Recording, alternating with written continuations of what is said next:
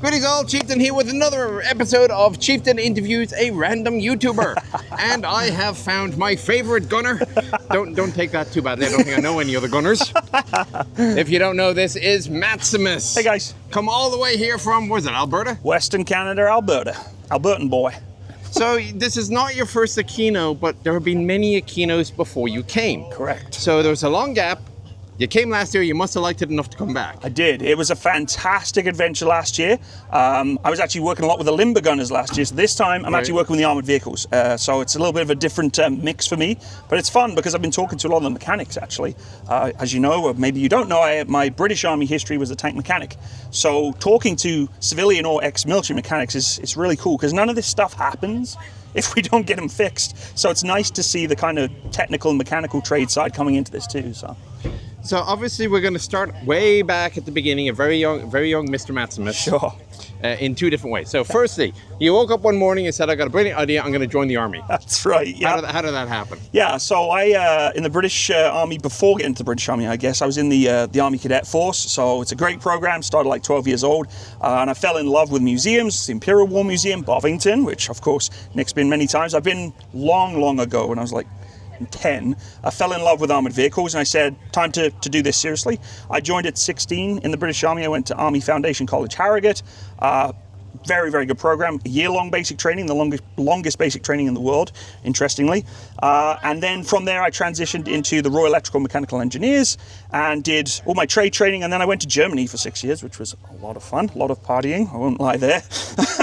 And then I decided, you know what, it's time to try something else. I came to Canada, did a lot of training here in BADIS, it's British Army Training Unit Suffield, or CFB Suffield for the Canadians. Did a few exercises there, pre-deployment for Afghanistan, and I just fell in love with Canada. And I said afterwards I was going to leave, I was going to move here regardless. Moved over here, got a civilian job, settled in, got my family, and then I decided, you know what, let's get back into green, not so much this type of camouflage, and I joined the Canadian Army Reserves, and as Nick mentioned, his favourite gunner.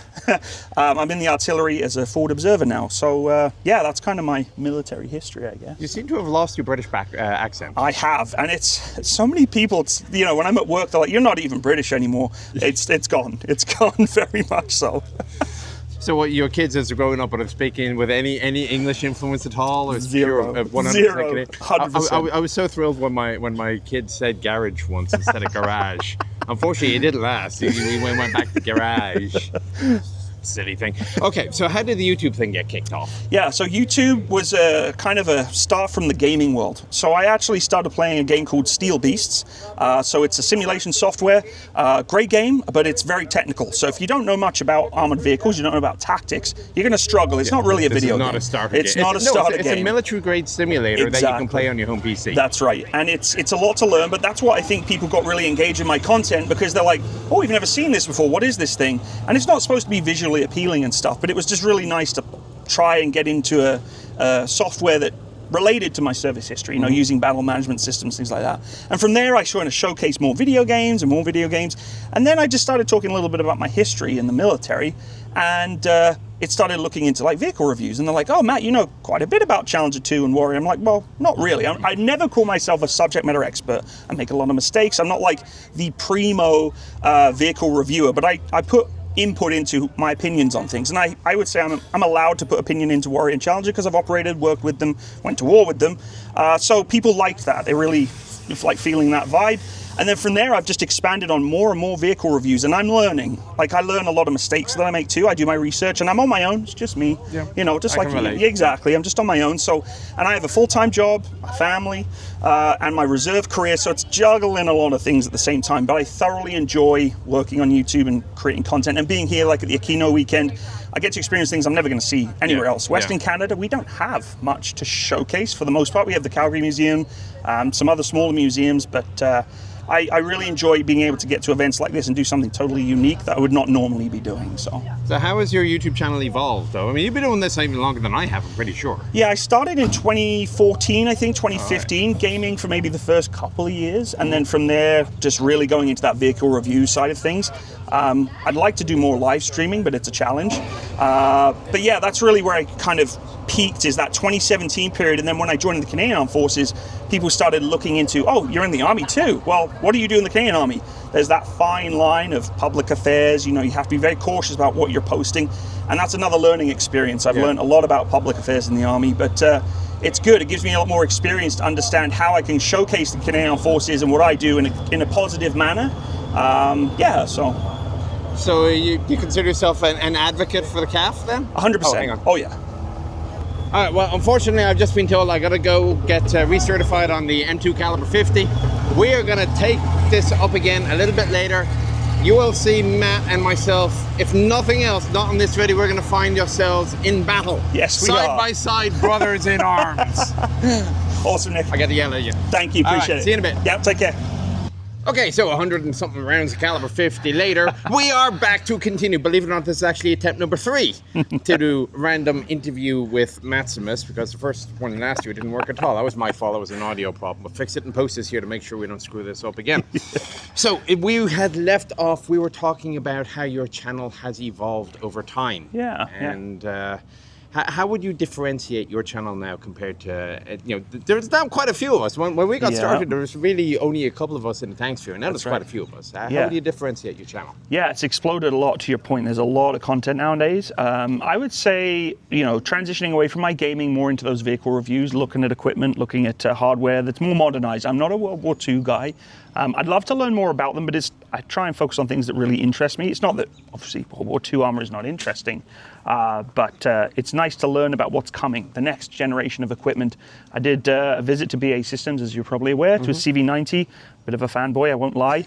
But I'm a fanboy for very good reason, because the facts, for me, don't lie. And when I'm doing more and more research on the vehicle and talking to the crews and who operate them, it's a great platform. So that's kind of what I'm looking for, is what's that next generation vehicle, that next tank, the Booker vehicle, which I actually kind of loved, and I'm sad to see it go.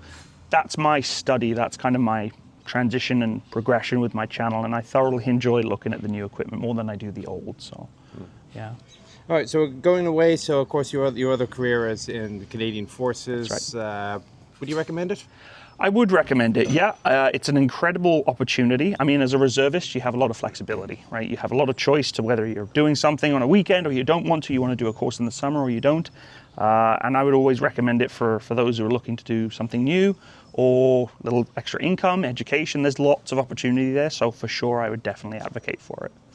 Yeah. How much longer do you think you're going to stay in? Oh, I'll stay until I go. Honestly, I'll just keep You're going. the same as me, until they finally boot me out. Yeah, I'll keep going. I mean, it's I do enjoy my civilian career and my job. It's a lot of fun, but it's dry. And when they wanted me to join the Canadian Forces, like, have you ever considered the REME? You were REME before. I said, no, I want to blow little bits of Canada up, please. So, yeah. So I was exactly the same. I was working IT at the time. It was, great, you can be 25 series, you can be commo. So I do that Monday to the Friday. Why would I want to do that? I want to blow things up on the weekend. Exactly. Which do you prefer, the Remis or the artillery? That's a really good question. I get asked that a lot. Okay. In terms of preference, I mean, it depends on what you're wanting to prefer in terms of service. Do you want the action, or do you want the camaraderie, or do you want the liveliness? I must admit, I do miss working with armor. That's why, armor is what drew me into the British Army, tanks, tracks. I miss working with tracks. But again, there's some pros and cons of that. We did some work helping the chieftain, not this one, it was actually the Berlin Brigade, fixing it up. Yeah. And I was like, it's super hot, I'm sweaty, I'm helping fix this pack, but I don't miss this particular part. But once it drives off the tank lot driving, that's the rewarding part. You feel satisfied. Exactly. But on the other end of the spectrum, in the artillery, forward observation is a lot of fun. You learn a lot about the all-arms battle, the all-arms commander, their intent, what they want, what they need, what you can provide. And the effects of artillery are a lot more than just blowing bits of soil up. I know I said before it's fun blowing bits of Canada up, but you learn a lot about the capability that isn't seen very often, whether it be lighting up the sky. There's a lot of technicality in that. It's not as simple as just throw some candles up in the sky and you're good to go. No, there's actually like fairly complicated calculations when you're doing fire planning and stuff that can be quite difficult to do, and it puts my brain to test because I'm terrible at math. But yeah, so in terms of preference, I would say honestly today, if it's artillery, because I do get a little bit more testing of my brain, and I like to keep active my brain as much as I can. So yeah. Have you done any time in staff, or has it all been in the line? It's mostly been in the line. I've done a little bit of support teaching courses for basic training. That's been a lot of fun. I really like mentoring young troops. I think it's a big help for getting that next generation of soldier ready. But yeah, it's a fun time. I couldn't complain at all. Yeah. So we had a little exchange. I presume you saw it. You did your video on should he be an officer in NCO? Yes. And I had a look at let's give the officer's side of the house. For sure. Yeah. And I didn't entirely agree with everything you said. Yeah. But again, I'm coming from a different perspective. For sure. So I'll give you the option now to make a counter rebuttal. Yeah. Yeah. I mean, honestly, like I actually, when people ask me. When they're wanting to join the armed forces, they say, what should I go, NCO or officer? I said, you really have to tailor it to what you're looking to get out of it.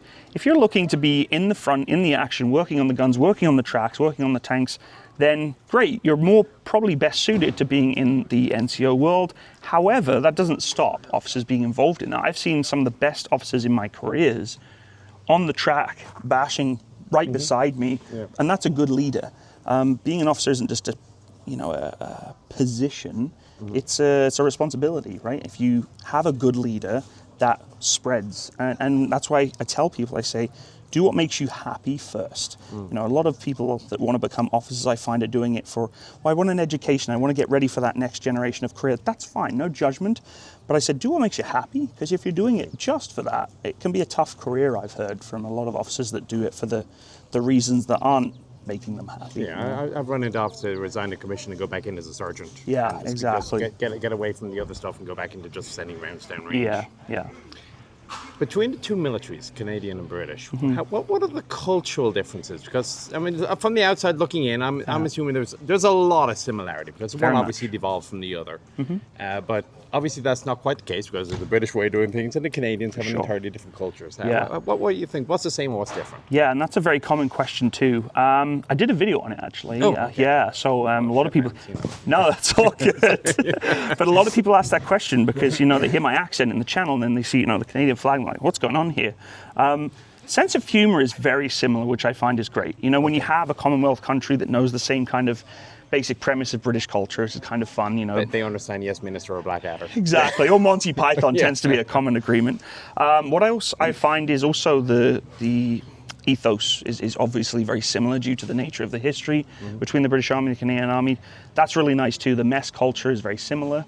I will admit that the mess culture is dying. It's unfortunate, but that's again generational change. I think COVID took a big hit of that, but still the same. And you can walk into any mess in both the British Army and Canadian Army, and it's almost identical in that feel. I've never been into an American mess or your own. When you have them, yeah, they're gone. Yeah, so that's nice to still have, and that common agreement between when work's done, you can play hard as well as work hard. It's really, really nice. So. But yeah, the sense of humor I found was instantaneously transferable, which is really nice because it keeps the days going when things aren't going so well. So, yeah. What's your favorite tank? Good question. And don't say CV90. It's not CV90. Honestly, it would be Challenger 2, and the reason is not because it's the quote best tank or the most capable. It's because I worked alongside it. I put literally blood, sweat, and tears into some of the hulls of those tanks, and the sound of a Challenger 2 really is something that brings the hairs on the back of my neck up. Hearing these vehicles rolling around, even the Chieftain, she's loud. We all know that scream. But the Challenger 2 turbos, you can hear them from a mile away. And it's just that feel of the heavy diesel there. It's something that, to me, I can't shake off. I've never been able to shake off. Yeah, so. I mean, I think familiarity is just a part of it. I mean, I loved my M1. It kept me safe, and it was my home for a year. And I mean, whilst I respect every other tank, I'm just biased to the M1. Exactly. Or the Chieftain. I mean, if I was a 12-year-old kid, 14-year-old kid, I wanted to draw a tank, it would look a hell of a lot like this. Yeah. I'd love to get on Abrams. I've never physically touched or been beside an Abrams. One day my goal will be one, and I have a huge respect for Abrams. And people ask, what do you think the best tank is? I have to admit it's Abrams. Down to Bennington for one of their open houses. I would love to do that. Yeah, it's on my hit list. It's honestly, I'd love to go to American Armored Museums. I was close to going. There's one in New York, correct? Is there one? There is one in New York, on Long Island. Museum of American Armor. They don't have an M1. Okay. The one in Boston does have an M1. American Heritage Museum. Okay. But I think there may be a way of getting you into something in vending, but I might be speaking out of turn here. Yeah. No, it's all good. But one day I'd love to visit and see them up close, because they are an incredible platform. And I've known a lot of people that follow my channel that speak to them too, right? I've served with them in Iraq, in combat, and saying, I'll put my life on the line for this thing. It's a very capable tank, so I'll hold to that. So. Are you finding any, I'm not going to call them shocks to the system, but coming out of Ukraine that are affecting how you and the Canadian forces are doing their training or their doctrine? Yeah, so obviously, caveat, there's only so much you can say. Yeah, so I can't, like Nick's saying, I can't mention much to it. What I will say is I think even stepping away from the Canadian forces in general, just the common denominator is drone warfare, right? What I find on my channel is everyone saying that the tank is useless due to the drone. I think we can both agree that is not a viable assessment. And I think all militaries are starting to really understand that, wow, this is something we need to address. And it's a challenge because it's a complicated matter. A shotgun is a shotgun, and that will do so much, but there's a lot more to it than that. I've always said if you can't see them, you're in trouble. And a lot of these drones are coming from, hundreds of feet above the air. You can't see that massive thing. web of complicated defenses. 90% of the defenses the troops on the ground aren't going to see. Exactly. So for me, when I think of drone warfare in my own context of service, even just working around tanks and what would I do? How would I handle this situation? Is not being seen is the key. Yeah. Camouflage, I know it sounds silly, but this area in Ontario, a lot of heavy brush, heavy greenery. Yeah. It's not hard to really get one of these vehicles looking like a complete brush or bit of woodland. Yeah, you'd have to refresh it every few hours, but that's key. If you can camouflage a vehicle, go back to the basics, I think that's important. Understandably, drones now have the tech for, infrared thermal imaging, that sort of stuff, but still, but not all of them either. No, it's a lot. I mean, you're using 10,000 drones a month. They're not all equipped with third generation FLIR. No, exactly. So that's really and I mentioned to my colleagues that I work with, I say, let's get back to the basics, cam nets. I know it's silly. Cam nets aren't the best form of camo, but you can put brush and things into there, and if you're not seen by the drone, they're never going to find you, so. Okay, total and utter topic change. Sure. Outside of tanks, when Matsimus goes home in the evening from a hard day at work, how does he unwind? That's a really good question. What are your hobbies? What do you do? Yeah, so obviously YouTube, but that's a given. I do like target shooting. I have a local range. It's very nice to have a range that we have in our city. Okay. It's about 300 yards, so it's not massive. So I do like to target shoot. I like hiking. I love rock marching. It's not showing so well right now with this baby that I've got going on, but it's very therapeutic to get out into the mountains in Alberta. It's so nice. The Kananaskis Mountains is kind of where I tend to go. Hiking is soul food for me. Some of my veteran buddies come out with me. We go for a rock for 10 kilometers or so, and it just detaches you from reality a little bit. We don't talk. We just march and just enjoy the moment, right? It's really nice. Are you a car guy? Not so much. We did just do, in our city, actually, a street wheelers weekend. They shut the whole city down almost and bring every car from everywhere in North America to invade the city. And a funny story, my cameraman who's here today, he actually owns a CVRT Striker. Okay. And he brought it to the event. So it's petrol driven. So when we showed up to the gates, the police officer that was at the event, because it's a parade, you go through the town, he's on his bike and he cycles over like, oh no, we're done for. And I had my headset on, so the driver and commander were having a conversation with him with the headset off, and he's like pointing, and I'm like, he's going to tell us to get out of the parade, we can't go, this isn't street legal, so to speak. And he points over there to the sidewalk. I'm like, well, that's it, we might as well go home. So he comes back over, and my friend Jim, he takes his headset off and comes over and says, he just wants a selfie. I'm like, that's brilliant. He doesn't care less about if it's legal or not. He just wants a picture with it. So, we did the Street Wheelers weekend. A lot of beautiful cars there. I'm not a car guy, but I love seeing vehicles of that kind. Some of the collection there is wild. Lots of muscle cars in North America, obviously.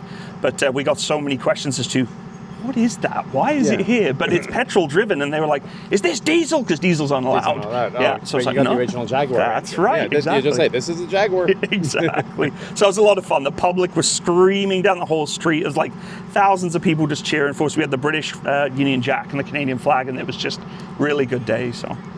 I have noticed a lot of tank guys are interested in mechanics. Period. So cars, trains, aircraft, things like that. Yeah. Anyway.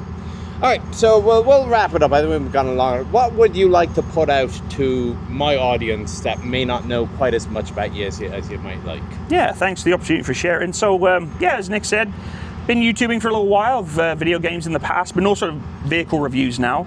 For an event like this, I've probably been doing some B-roll, capturing some of the unique vehicles I don't normally see and talking about them. I focus on modernized platforms, but I'm starting to span into the world of World War II, and that's what I'd like to try and start doing, is getting into learning the history of some of the older platforms. Yeah, Matsimus channel, if you ever want to check it out, feel free to. And yeah, thanks for your time, Nick. I appreciate the interview. All right, well, have fun in the next battle. Awesome. Thanks, man.